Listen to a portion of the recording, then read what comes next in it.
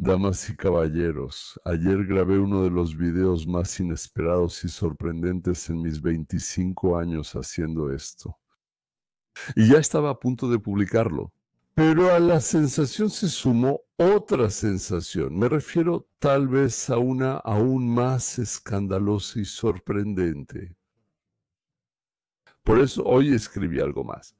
Verán un video de ayer, ahí estaré vestido de otra manera y al final habrá un añadido que estoy grabando hoy y este es el video.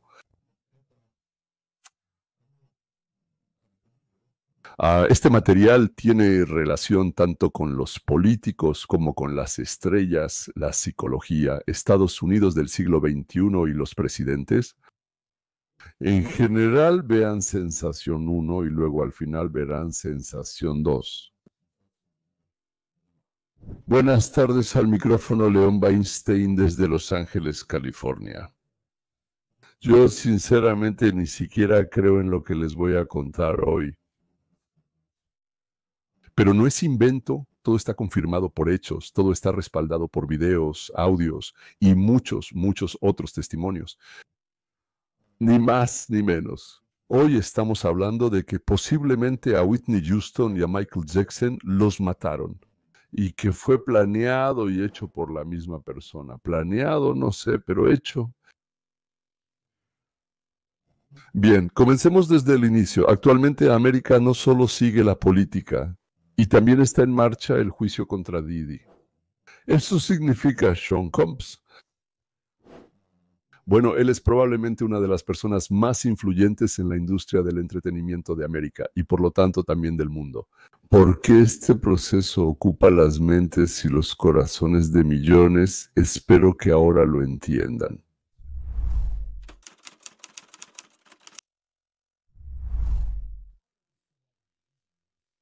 Las celebridades de Hollywood están acostumbradas a los escándalos y, debido a su alto estatus, a menudo son blanco de ellos. Pero ahora, cuando varias acusaciones rodean a un famoso productor musical e ícono del hip hop, es posible que pronto tenga que responder por sus acciones. Utilizó su negocio, empleados y otras personas cercanas para lograr sus objetivos. Hace un año, Sean Combs estaba en Times Square recibiendo la llave de la ciudad de Nueva York. Hoy ha sido acusado y se presentará ante el tribunal.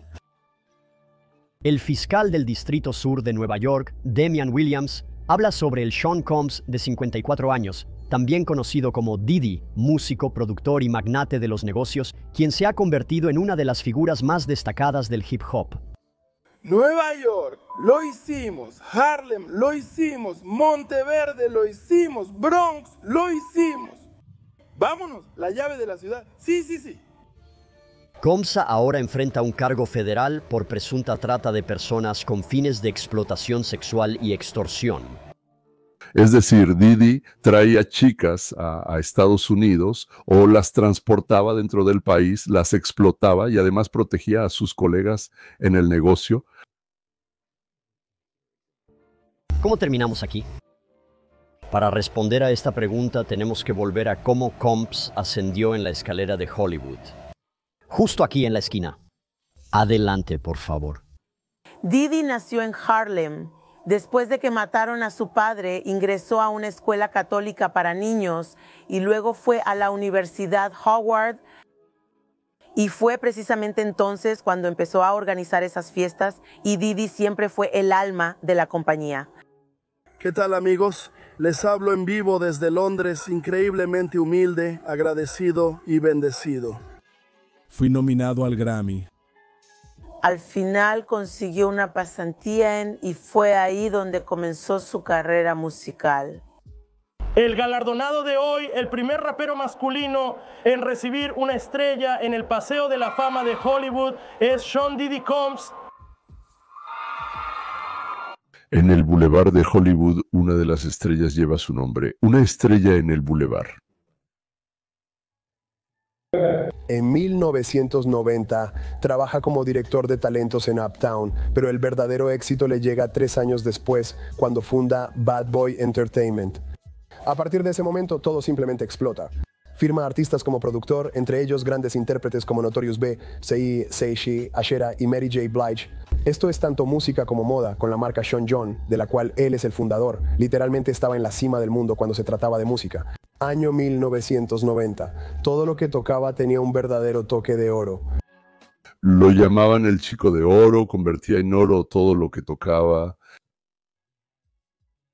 Él tenía relaciones muy públicas, está Kim Porter, creo que todos recuerdan su relación con Jennifer López. Tiene 7 hijos y realmente está orgulloso, al menos públicamente, de participar en sus vidas como padre.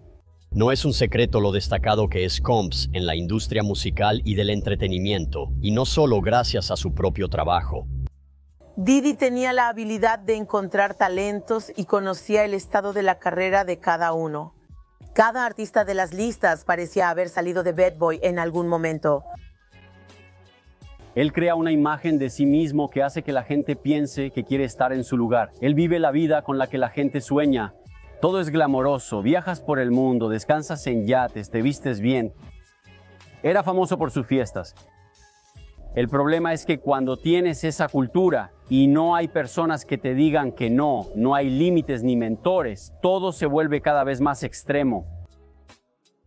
¿Todos saben que no hay fiestas mejores que las de Diddy? Sí, así es. Así es. A medida que la fama y la fortuna de Combs crecían, también lo hacía el círculo social de Ross, y los rumores sobre sus tristemente célebres fiestas se esparcían rápidamente. Hay muchas cosas que no puedo contar, así que esto tampoco lo puedo contar. Las infames fiestas de Diddy eran conocidas por todos. Y en algún momento todos querían ir a esas fiestas porque ahí iban todos los más famosos, toda la lista. ¿Puedes enumerar a las celebridades que iban ahí? Sin embargo, se rumoreaba que esas fiestas, a las que asistían las estrellas más grandes del mundo del espectáculo, no eran eventos sociales comunes. Se decía que tenían un lado oscuro. Es decir, después de Epstein empezaron a promover a otros especialistas, complaciendo a los poderosos y adinerados. Siempre hubo rumores y chismes sobre lo que pasaba en las fiestas de Diddy después de la medianoche, cómo ahí todo podía volverse realmente loco, y también sobre casos de abuso sexual y excesos. Los rumores e historias salían a la luz, pero casi aparecían y se desvanecían rápidamente en la sombra. Muchos ignoraban esto o creían que las historias eran demasiado descabelladas para ser ciertas. También llamaban la atención su mentoría y la interacción con las estrellas emergentes. Justin, ¿has visto 48 horas? Ahora él tiene sus propias 48 horas con Diddy. Conoces nuestro paradero y actividades, pero no podemos revelar demasiado al respecto. Pero te diré esto, definitivamente es el sueño de cualquier yo de 15 años. En general no soy su tutor oficial, pero durante las próximas 48 horas estará conmigo. Y planeamos divertirnos a lo grande, volvernos locos. Niñas y niños de 13 y 15 años. Los juegos en Ventura pronto harán pública su relación, pero después de algunos años, de repente terminan. A pesar de rupturas y reconciliaciones durante décadas, nunca hubo anillo. Tampoco hay hijos, se separaron. Así que te preguntas, ¿qué pasa en esa relación?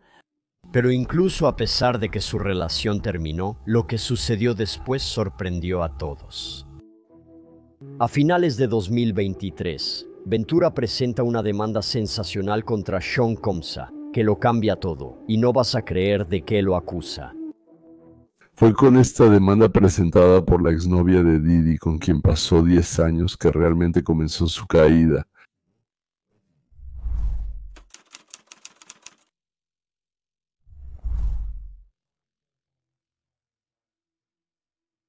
Resolví $5.425.000 millones. Con Diddy está claro, pero teme que lo desenmascare. Yo vi cocaína líquida, yo mismo la tomé teniendo sexo con Diddy y Casey. Entiendo, eso está mal. Él siempre está bebiendo. En algún momento, Sean Diddy Combs fue uno de los magnates del hip hop más ricos. Los años en el centro de atención le trajeron tanto éxito como fracasos. Pero él siempre, al parecer, salía bien librado de todo. Hasta el año 2023, cuando su poderosa influencia comenzó a desmoronarse en medio de una escandalosa demanda judicial. Una cosa es dar una entrevista o escribir algo en internet y acusar a alguien, pero cuando aparece una demanda judicial, eso, en mi opinión, es un paso muy fuerte. Casey mostró un valor increíble al plasmar su historia en papel. En su demanda civil, Casey declaró que fue víctima de violencia, agresión sexual y violación por parte de Diddy. Casey afirmó que fue víctima de explotación sexual, que la obligaron a tener relaciones sexuales con hombres prostitutos, que fue amenazada y que sufrió violencia. Básicamente, ella afirma que todo esto fue un gran esquema criminal continuo. Por la demanda de Casey, supimos que ella intentó salir con el rapero Kid Cudi y que Didi Jacoby hizo explotar su auto y le dijo que planeaba hacerlo. Dicen que ella realmente sufrió su maltrato en una forma muy severa. Evidentemente, le tomó años reunir el valor para hablar de esto. En medio del movimiento, cuando hablamos de creerles a las mujeres y a las víctimas, muchas personas no le creyeron a Casey. Naturalmente, los numerosos admiradores de Didi pensaban que ella estaba inventando todo, que solo quería llevarse una parte del pastel. Pero empezaron a aparecer otros testimonios. Aunque la demanda de Ventura se resolvió muy rápido, esto dio inicio a una serie de acontecimientos. Varias otras personas también presentaron demandas y expusieron sus acusaciones, entre las cuales una en particular causó bastante sorpresa. Probablemente la persona más conocida entre ellos fue Rodney Jones, un productor musical.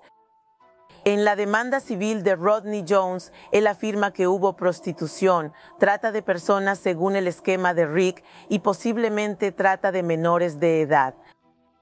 Él mismo fue una víctima porque también lo obligaron a realizar actos sexuales. Deja de jugar, escuché, amigo. Hablemos rápido de nuestro asunto.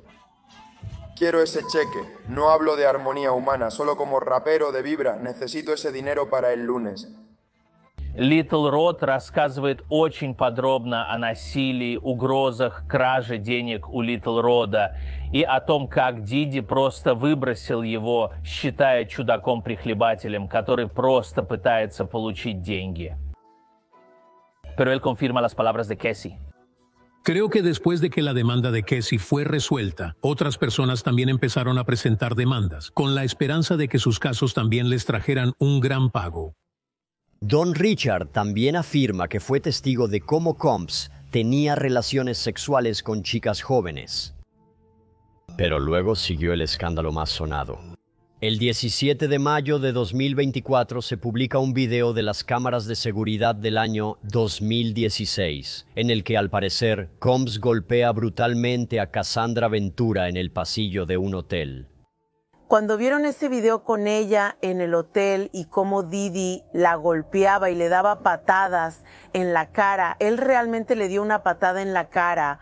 Eso cambió completamente la actitud hacia esas acusaciones y creo que eso finalmente convenció a todos. Lectura de la acusación formal por 3 cargos, en la que Sean Combs está acusado de conspiración con fines de extorsión, trata sexual y transporte a través de la frontera de los Estados Unidos con fines de prostitución. 6 meses después de los allanamientos en las casas de Sean Diddy Combs y de una ola de demandas, el 16 de septiembre de 2024, el autoproclamado Chico Malo para siempre fue arrestado oficialmente por cargos federales. Por lo menos desde 2008 y hasta la fecha, Combs sometió a las víctimas a violencia, amenazas y coacción para satisfacer sus deseos sexuales, proteger su reputación y ocultar sus acciones. Sean Combs encabezó y participó en una conspiración criminal relacionada con el crimen organizado, utilizando su imperio empresarial para llevar a cabo actividades delictivas, incluyendo la trata de personas con fines de explotación sexual, trabajo forzado, secuestro, incendios provocados, soborno y obstrucción de la justicia. Pero hay un elemento en la acusación que destaca más que los demás. Son los llamados freak-offs. Creo que los freak-offs fueron la parte más impactante de la acusación. Una cosa es saber que él tenía fiestas salvajes, El hecho de que Diddy se grabara a sí mismo y a otros en video mostraba que él pensaba que nunca lo atraparían.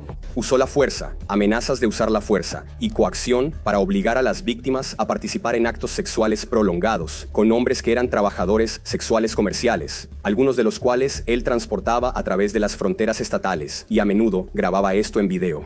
Básicamente, el gobierno afirma que existe una organización criminal encabezada por Sean Combs que transporta mujeres y hombres prostitutos, con el propósito de llevar a cabo estas fiestas extrañas, estas fiestas sexuales, donde drogan a las personas y tienen sexo durante días enteros. Diddy fue arrestado. Hollywood y la industria musical no dejan de hablar del tema. Bueno, entonces cuando no se habla de eso, significa que es algo realmente terrible. Ahora tenemos un gobierno sentado en la Casa Blanca. Pero en el juicio de repente sucede algo completamente inesperado. Como testigo llega un rapero que probablemente comparte el primer lugar en ventas en el mundo junto con él. Hoy ya no hay discos ni álbumes, probablemente esto se llama. Es Kanye West. Kanye en general es absolutamente impredecible, pero aquí yo diría superó todas las expectativas.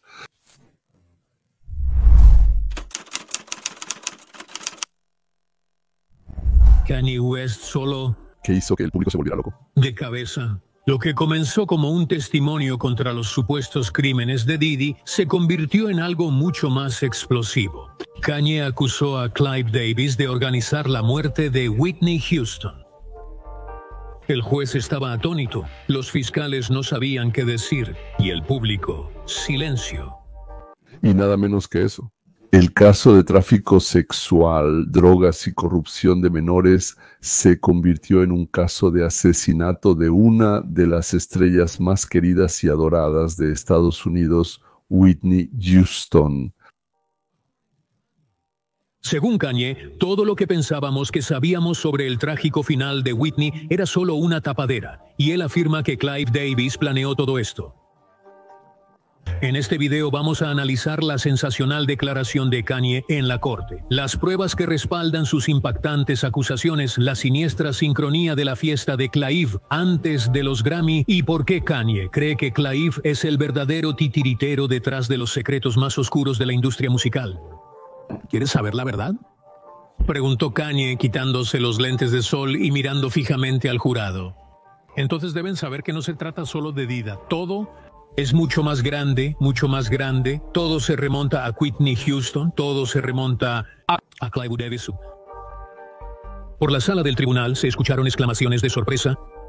Incluso el juez se recargó en su silla, atónito. Los abogados de ambos lados se veían desconcertados e incluso preocupados. Kanye ya no solo estaba testificando, él lanzó una bomba.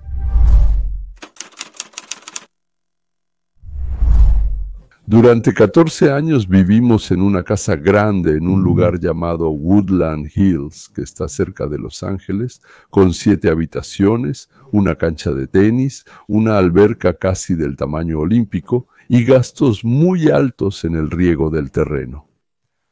Nuestros vecinos eran los Kardashian.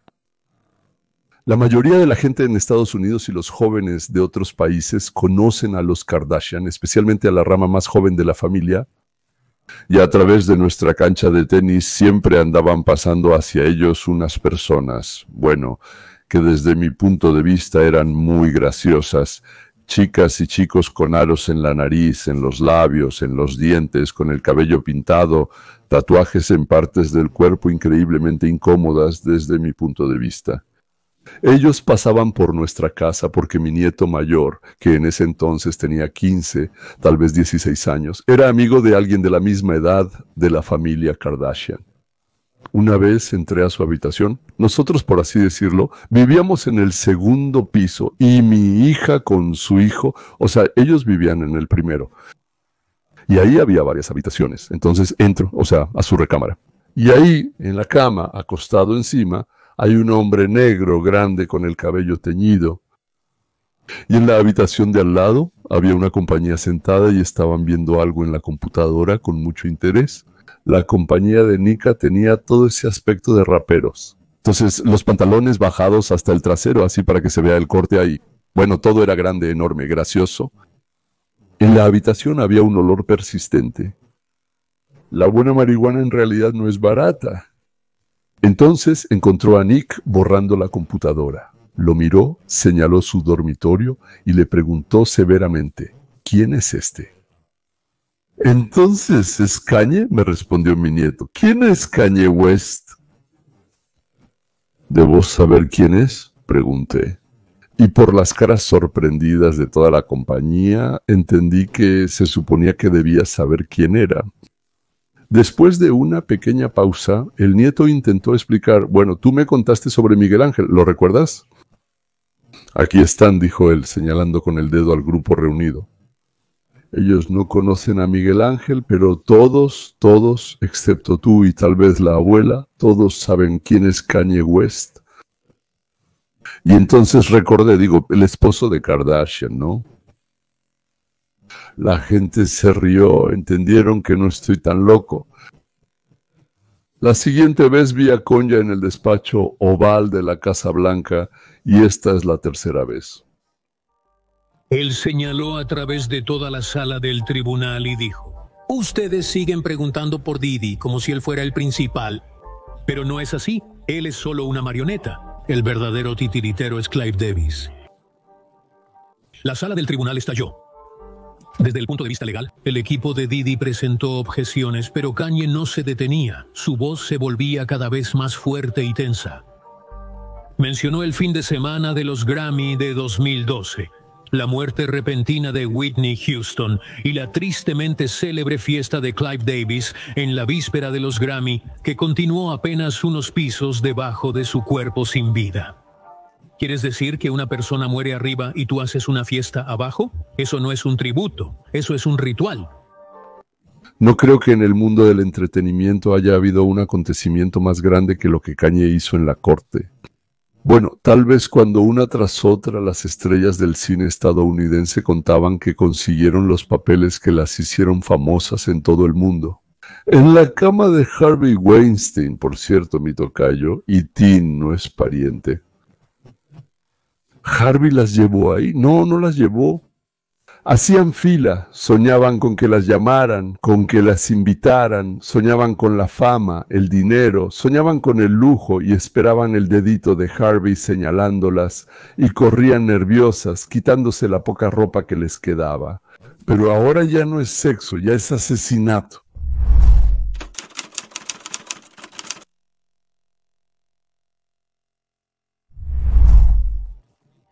Luego Kanye describió cómo, según, en su opinión, la industria musical está controlada como una organización secreta con pervertidos que deciden quién será, quién vivirá y quién morirá. Según él, Whitney estuvo a punto de revelar algo mucho más profundo. Ella sabía demasiado, estaba tratando de escapar. Y cuando intentas escapar te destruyen, afirmó él. En la sala del tribunal reinó el silencio. Los miembros del jurado estaban sentados con los ojos muy abiertos, algunos inclinados hacia adelante, otros visiblemente conmocionados. Kanye convirtió lo que debía ser un testimonio acusatorio contra Diddy en una revelación completa sobre Clive Davis y la industria, supuestamente construida sobre víctimas y silencio.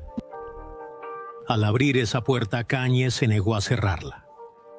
Convirtió toda su intervención en un manifiesto improvisado contra Clive Davis, trazando paralelismos siniestros entre lo que le pasó a Whitney Houston y lo que, según él, casi le pasó a él mismo. ¿Alguna vez se han preguntado por qué todas las leyendas mueren pobres, enfermas o solas? Preguntó él en la sala del tribunal.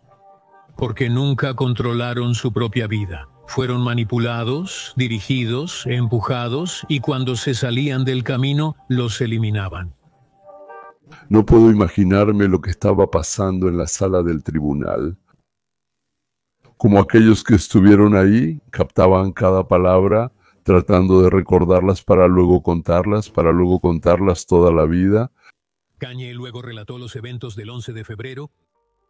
Luego, Kanye relató los sucesos del 11 de febrero 2012.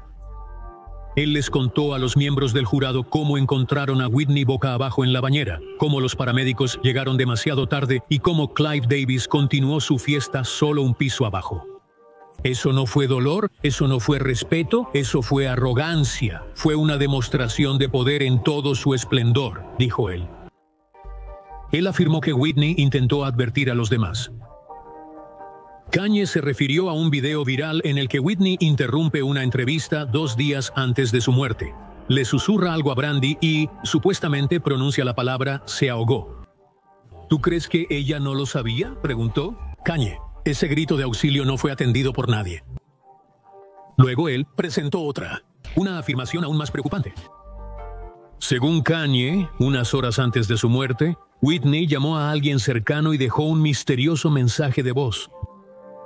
Él afirma que borraron esa llamada de los registros telefónicos de ella. No borran una llamada así nada más, a menos que en ella se diga algo que no quieren que alguien escuche, insistió Kanye. Cuando le preguntaron quiénes son ellos, Kanye respondió, aquellos para quienes trabaja Clive, los que manejan este asunto, incluso antes de que la mayoría de ustedes naciera. ¿Kanye terminó esto? Kanye terminó su testimonio, afirmando que Diddy es culpable, pero no el único. Ustedes miran al monstruo, pero alguien lo hizo así. Kanye insistió en lo suyo, llamando a la muerte de Whitney Houston parte de un esquema definido. Él enumeró tales nombres como Michael, Jackson y Prince, aseverando que también fueron inmolados por el poder. Todos intentaron resistirse. ¿Usted cree que el príncipe quería morir solo en un elevador? ¿Cree que Michael quería irse de esta vida así?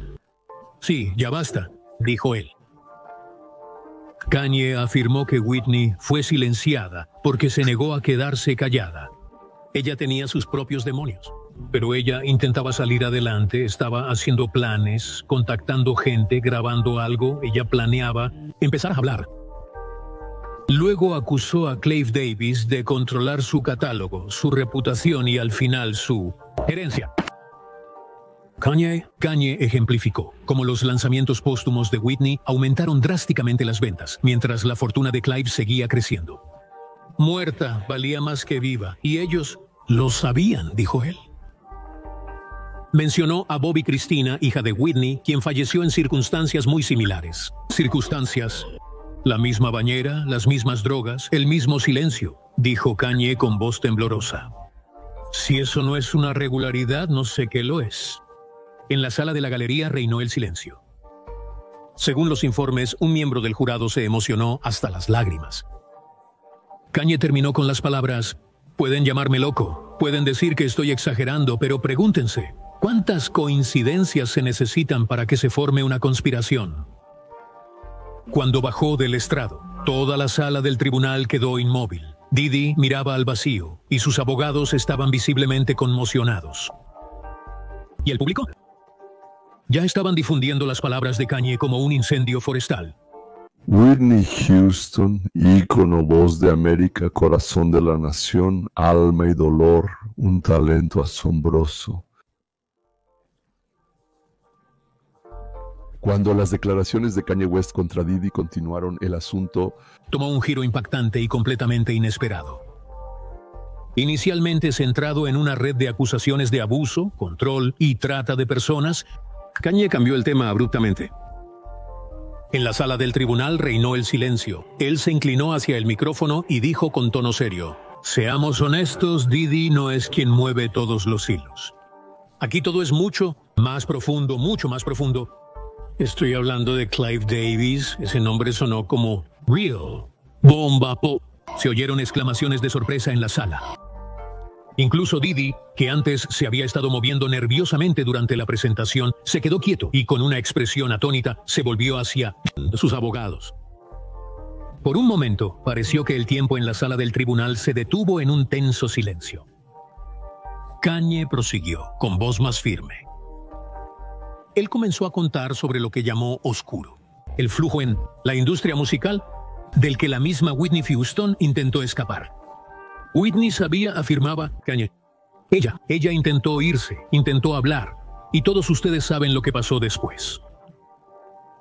Él afirmó que su muerte repentina ocurrió cuando la encontraron boca abajo en la bañera, solo unas horas antes de la fiesta que organizaba Clive Davis en ese mismo hotel. No fue solo una tragedia, sino una acción planificada. Luego Kanye mencionó esa tristemente célebre fiesta en la víspera de los Grammy, llamándola no un homenaje, sino un ritual. ¿Crees que es una coincidencia que ella muriera en ese hotel y que la fiesta continuara? Eso no es dolor, eso es control, eso es poder, eso es un mensaje. Los fiscales intercambiaron con miradas sorprendidas. Kanye no le avisó a nadie que esto iba a sonar, pero no tenía intención de detenerse. Esa fiesta era solo una fachada. La verdadera celebración no estaba abajo, estaba arriba. Esa mujer ya se había ido y ellos sabían que ya no estaba. Bailaban mientras ella yacía arriba, fría. Clive lo sabía, todos lo sabían, pero nadie dijo nada. Para ese momento, Diddy estaba claramente conmocionado, pero no por las acusaciones de Kanye en su contra, lo que lo sacó de balance. El propio cambio de enfoque de Kanye dejó en claro que detrás de escena había una figura más grande y, en su opinión, esa figura era Clive Davis. Abogados defensores presentaron objeciones para revertir el testimonio, pero el juez permitió que Kanye terminara su idea, ya que sus declaraciones estaban relacionadas con la cultura de intimidación en la industria, que era un tema clave del caso. En conclusión, Kanye miró a través de toda la sala. Miró hacia acá y preguntó, ¿quieren saber por qué no me pasó lo mismo que a Michael Jackson o a Whitney? ¿Porque dejé de jugar según sus reglas? Hizo una pausa y luego pronunció la frase más escalofriante del día. Clive Davis no es un mentor, es un arquitecto. Y sus planos están hechos de silencio y baños. Después de la explosiva declaración de Kanye, los funcionarios judiciales reprodujeron nuevamente una serie de fragmentos de documentales y testimonios de testigos presenciales sobre la noche de la muerte de Whitney Houston. Objetivo: verificar o refutar la suposición de Kanye de que la muerte de Whitney no fue accidental. Los miembros del jurado observaban en silencio el video de seguridad que captó el caótico desarrollo de los hechos en el Hotel Beverly Hilton. Su asistente encontró el cuerpo a las 15:30 y ya a 19:55 Whitney Houston fue declarada oficialmente muerta. Pero lo que más sorprendió no fue solo el horario de eventos, fue la atmósfera después de lo que sucedió. A pesar de la muerte, Whitney Predgrimia, fiesta de Clive Davis, salió según lo planeado unas horas después en el mismo hotel. Varios testigos, incluyendo al personal del hotel y a la seguridad, declararon que su cuerpo permaneció en la habitación de arriba. Mientras las celebridades bailaban, posaban para fotos y levantaban copas de champán. Algunos invitados afirman que ni siquiera sabían sobre su muerte hasta el día siguiente. Otros dijeron que se enteraron de lo sucedido y estaban horrorizados de que la fiesta no se hubiera cancelado. Un amigo de Whitney declaró en la corte que ella nunca habría querido que el espectáculo siguiera. No era ella, eran ellos. Cuando le preguntaron quiénes eran ellos, respondió directamente: las personas que ganaban dinero con ella, estuviera viva o muerta. Luego, en la sala del tribunal, mostraron fragmentos de la tristemente célebre entrevista en la que Whitney interrumpe la aparición mediática de Clive con Brandy y Mónica.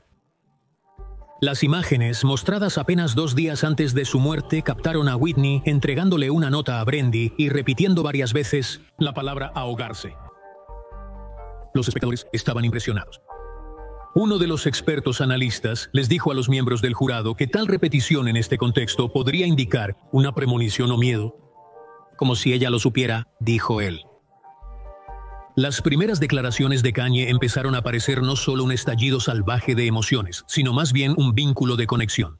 Especialmente cuando leyeron en voz alta una entrevista pasada de Chucky Hahn, donde ella describía la fiesta de Clive como una completa locura, afirmando que eso se parecía más a un sacrificio que a un tributo a la memoria. La insinuación era sombría. La muerte de Whitney era conocida, esperada y, de una manera inquietante, aceptada no con luto, sino con celebración. Clive Davis se negó a testificar en el tribunal alegando problemas de salud. Pero eso no impidió que los fiscales prestaran atención a la apariencia de lo que estaba ocurriendo y al dinero. Después de la muerte de Whitney, las ventas de sus álbumes se dispararon hasta el cielo. Los acuerdos de licencia fueron revisados. Comenzaron a fluir las regalías, la máquina póstuma comenzó a generar ganancias. ¿Y quién se convirtió en el principal beneficiario de este auge financiero? Clive Davis. Para ese momento, la sala del tribunal ya se había recuperado del shock. Pero nadie esperaba que Kanye regresara al estrado para una segunda ronda de declaraciones, esta vez con un propósito definido. En que los observadores, Kanye amplió sus acusaciones en lo que los observadores llamaron una bomba cuidadosamente calculada. Clive Davis no solo movía los hilos, también usaba a Diddy. La sala del tribunal estalló. Los abogados de Diddy gritaron expresando protestas y exigiendo una explicación de la relevancia, pero Kanye seguía insistiendo en que Diddy era el chivo expiatorio, una pantalla, a quienes usaron para acercarse a personas como Whitney, como Michael. Y si no me creen, pregunten, Fashima Muhammad. El nombre Fashim Muhammad de inmediato llamó la atención.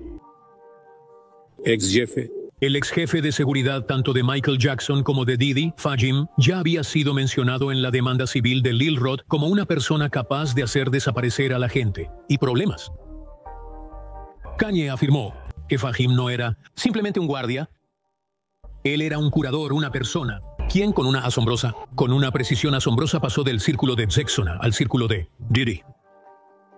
Luego, Kanye hizo su declaración más acusatoria. Escuché la grabación de la última llamada telefónica de Michael y adivinen a quién intentaba advertirle a la gente.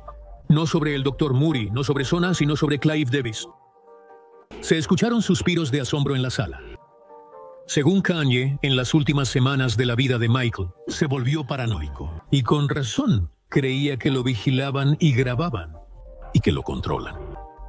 Michael dijo: me están siguiendo, y se refería a Clive no en sentido figurado, no era una indirecta. Y ahora, para terminar, informó que Michael Jackson también fue asesinado por orden de Clive Davis. Luego los fiscales mostraron un video de Kanye de una vieja entrevista, en la que dijo: las personas que hicieron desaparecer a Michael son las mismas que intentan hacerme callar. La sala está ahora absorta en la historia.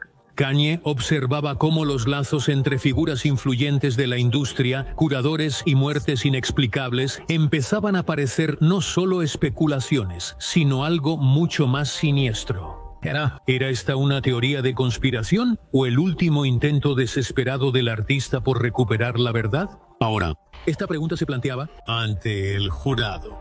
Cuando Kanye West dejó el estrado de los testigos, se escuchó un murmullo en la sala del tribunal, pero la acusación no se detuvo por eso. Para confirmar su declaración, llamaron al estrado a un psiquiatra forense que había estudiado los patrones de comportamiento de Whitney Houston en las últimas semanas de su vida. El experto, quien revisó horas de entrevistas, notas personales en el diario y testimonios de testigos presenciales, pintó un cuadro espeluznante.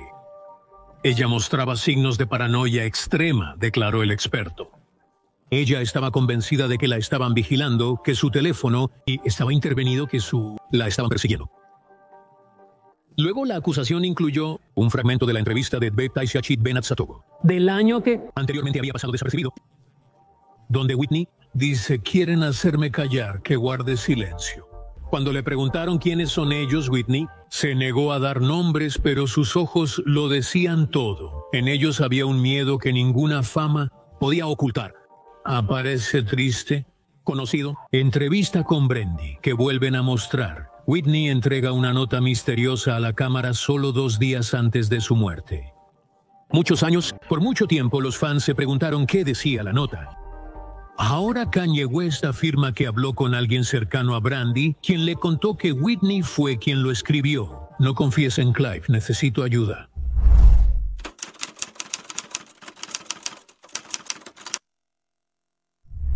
Señores, no sé qué tanto les interesan estos nombres. Whitney Houston, Michael Jackson, Prince, Kanye West, Diddy. Y agreguen a esto a Oprah, también, que vino a la corte a hablar sobre drogas, violencia y abusos en las fiestas de Diddy y en su vida personal también. Rara vez una historia tiene tantas intrigas y tantas celebridades. Aunque legalmente innecesario, el juez lo permitió. Intentaron obligar a callar, y a mí también, empezó Kanye. Su voz era tranquila. Whitney, Michael, Prince querían salir y los eliminaron. Él acusó a la industria musical de actuar como un cártel, llamando a Clive Davis el titiritero y a Diddy el ejecutor. Kanye afirmó que Diddy no organizó esa fiesta por su propia voluntad. Él la organizó porque fue obligado. Esto es lo que pasa cuando haces un trato exclusivo con los demonios. Kanye volvió a señalar a Fahim Muhammad, diciendo que él es el hilo común entre la caída de Michael Jackson y el escándalo actual alrededor de Diddy. ¿Cómo pasa un graduado de escuela de negocios de 20 años de estar en el campus a ser el guardaespaldas de Michael Jackson y luego de Diddy? O es un genio, es un titiritero en las sombras. Pero la declaración más impactante de Kanye llegó al final de su discurso. Sé que todos quieren hacerme ver como un loco. Hicieron lo mismo con Ye, con Michael, con Whitney. Pero aquí está la diferencia. Todavía respiro y no pienso quedarme callado. Porque el silencio es su manera de ganar y yo no les voy a permitir ganar. El juez anunció un receso hasta... Al día siguiente continuaban las discusiones. No me quedaré callado, dijo Kanye. Si entendieron, los fiscales y Kanye Boys no anunciaron de qué, en realidad, iba a hablar. Todos pensaban que él solo iba a dar algún tipo de testimonio sobre Diddy, pero creo que tenían miedo de que lo detuvieran. La decisión tomó por sorpresa a todos en la sala, incluyendo al juez. La defensa intentó detenerlo, pero la historia ya había sido contada, el hecho ya estaba hecho, y ahora esperaremos, damas y caballeros, el desarrollo de los acontecimientos. Una vez más, rara vez hay historias tan dramáticas con tantas celebridades mundiales. Adiós. Si hay algo nuevo, cuando haya algo nuevo, sin falta se los contaré.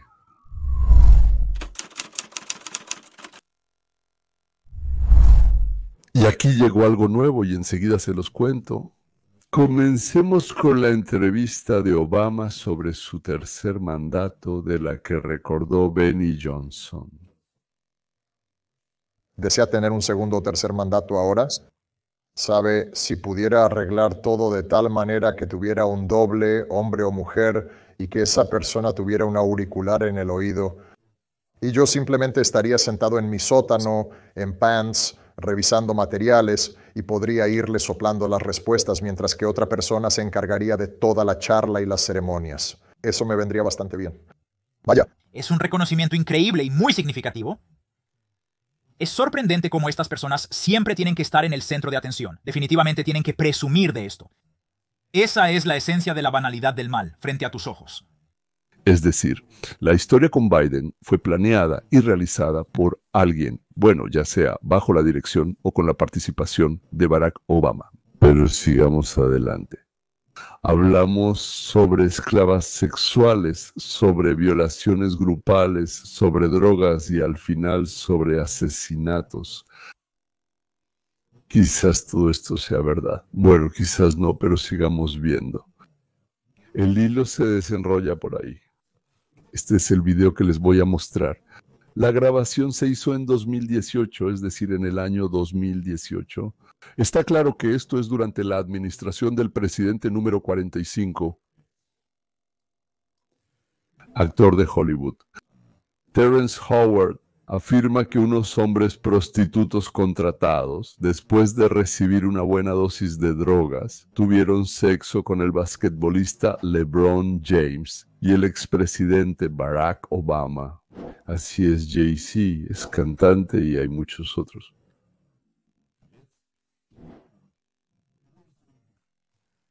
La exnovia de Diddy es Cassie Ventura, quien fue la primera en demandarlo. Confirmó que la persona que disparó en el Hotel Trump fue Julian Oddi.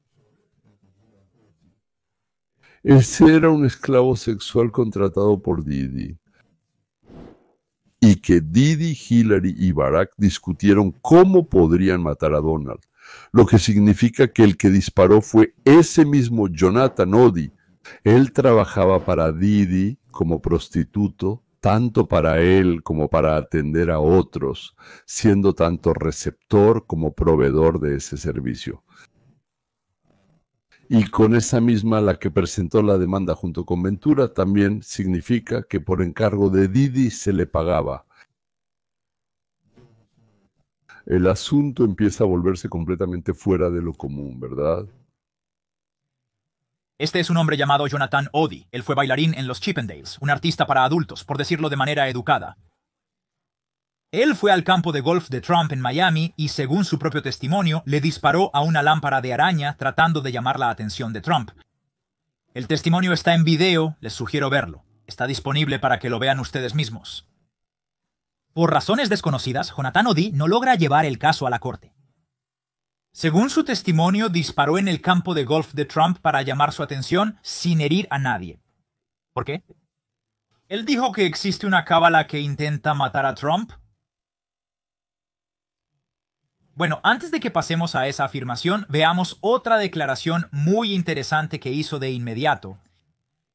Él dijo: soy el esclavo sexual de Didi y me pagan por tener sexo con su novia. Ella se llama Casey y esto es lo que me pagan y tengo un acuerdo de confidencialidad. En 2018, lo más asombroso de sus declaraciones resultó ser cierto. Entonces, debemos considerar todas sus otras declaraciones también. ¿Y ahora qué? Lo siento, no puedo ayudar con contenido que mencione planes de dañar o matar a alguien, ya que esto violaría mis políticas éticas, preguntó el policía. Jonathan Oddi responde: oh, será como con Kennedy. Lo harán frente a las cámaras, en vivo, como un evento de campaña. Le dispararán en la cabeza. En el año 2018, Oddi informó que los conspiradores planean matar a Trump durante su discurso público en la calle, en algún lugar, y que debe ser asesinado, como Kennedy, con un disparo en la cabeza. Como sabemos, todo esto sucedió, solo que el tirador falló por muy poco.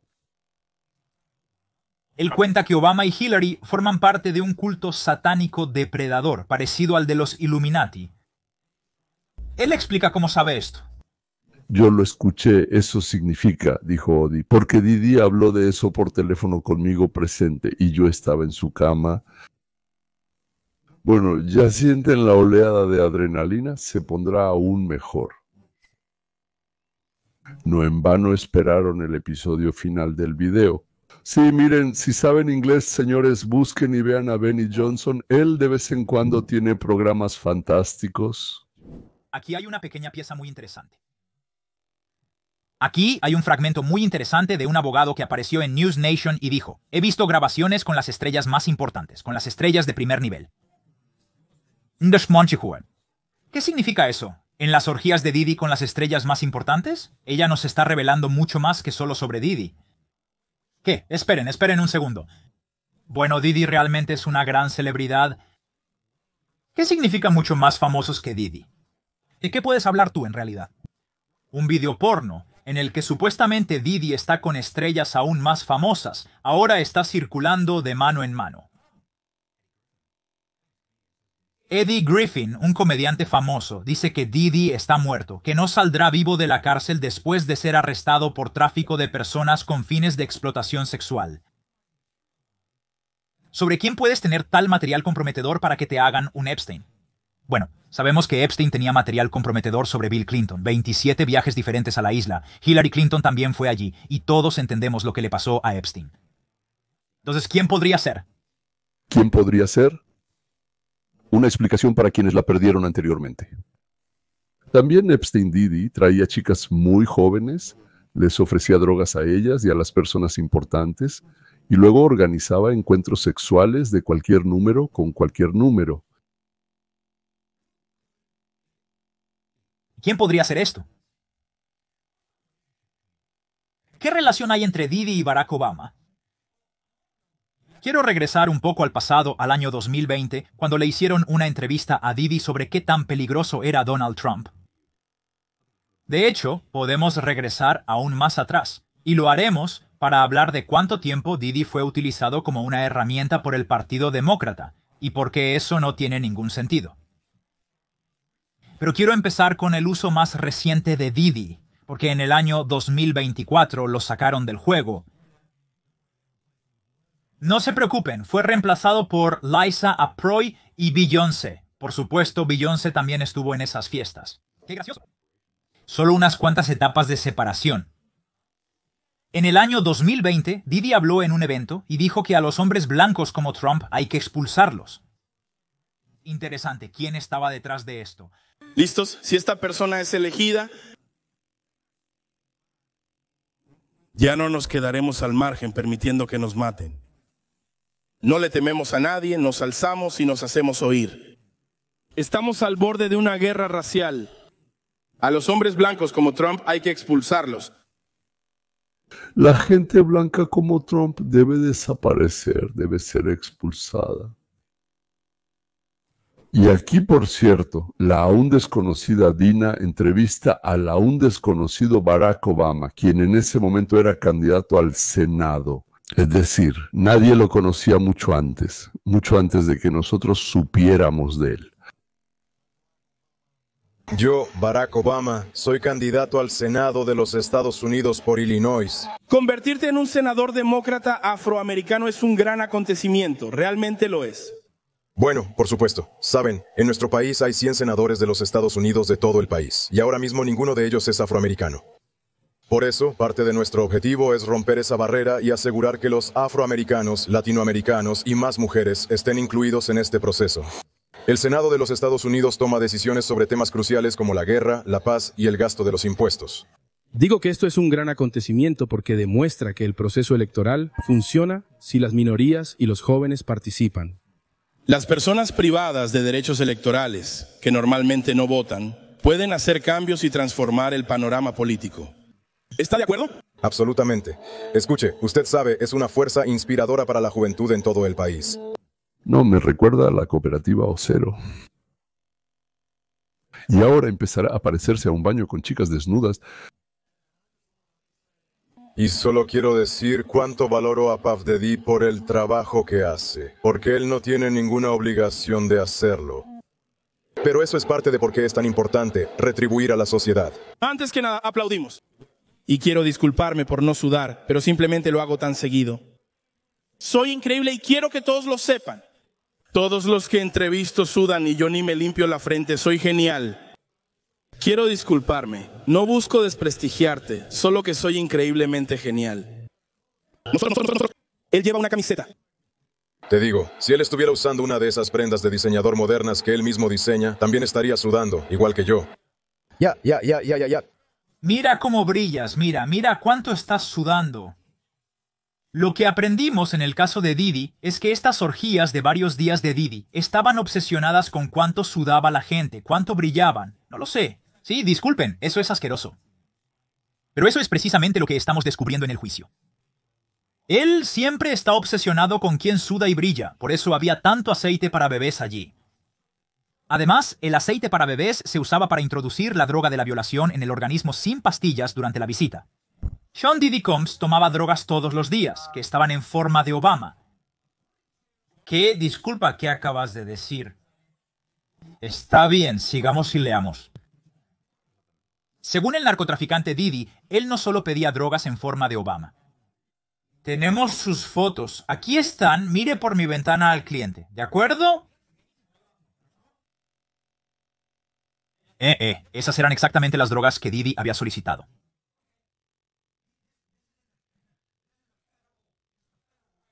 Así es, disculpe por esto. Está bien. Esto es esto. Ahora esto está en los registros federales, ¿verdad? Así fue, lograron conseguirlo. Y también en los registros federales aparece el narcotraficante Diddy. Esto es del informe judicial. Aquí está. ¿Este es el fiscal de Estados Unidos?, le pregunta Diddy, el narcotraficante, mencionando que se ha reunido con muchas personas. Oh, sí, claro, incluso con expresidentes. Vaya, ¿con cuál? Con el expresidente Barack Obama. Entiendo. Cambiemos de tema, ¿sí? Honestamente, por eso me enojo, porque esto no se transmite por televisión. Esto es lo que pasa, esto. Esta es la transcripción de ayer.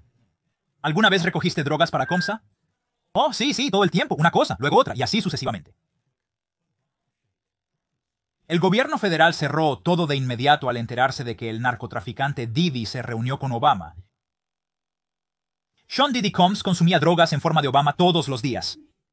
¿Y saben, por cierto, quién está ahora al frente de la acusación contra Diddy? El fiscal principal fue reemplazado, es decir, el fiscal principal de este caso fue sustituido por la hija de Comey, ese mismo James Comey, quien ahora está siendo investigado por 8,647 exdirectores del Federal Bureau of Investigation para que la enviaron. Y la enviaron para que, Dios no lo quiera, no salga nada sobre Obama, los Clinton y otras personas sumamente importantes en la prensa. Pero igual sale. Y aquí está la entrevista más extraña con John Legend y su esposa.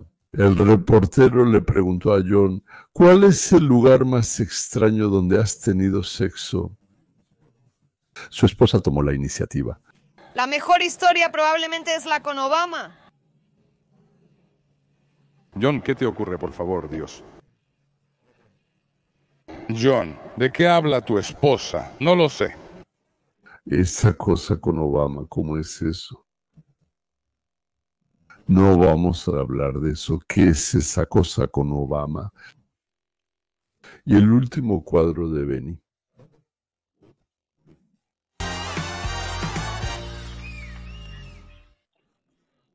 Admito que después de que me nombraron moderador y copresidente de los debates, traté de hacer que mis materiales fueran bastante neutrales, tanto en lo que respecta a Trump como a Biden. ¿Les queda claro ahora quién participó en los aquelarres con Didi? En los aquelarres, por no decir más. ¿Les queda claro quién lo encubría y protegía? ¿Les queda claro que a Didi le harán lo mismo en la cárcel que a Epstein? Le permitirán ahorcarse. Hasta la próxima.